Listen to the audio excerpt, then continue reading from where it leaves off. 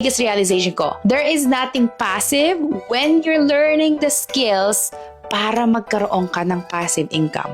Okay? If you want to invest, right, it's one of the most common ways on how to create a passive income later in your life. Kung hindi mo i-educate yung sarili mo on how investing works, how to properly do it. Hindi ko yung tao na madaling magtiwala kasi kaibigan mo to, kapamilya mo sa ganito, tapos binentahan ka ng investment, ikaw naman tiwalang-tiwala ka and you give them all your lifetime savings. So kunyari hindi naman investing, kunyari nagpapalago ka ng real estate portfolio, bumibili ka ng mga rental properties. Aba, we're talking about big sum of money at risk here. And when you're doing this, there's nothing passive in managing your tenants, pagbabayad ng mga fees, tapos pagre-renew ng kung ano-anong mortgage, tapos nagpapa-renovate ka pa, okay, nagpapagawa ka ng mga sira and things like that. There is nothing passive in there.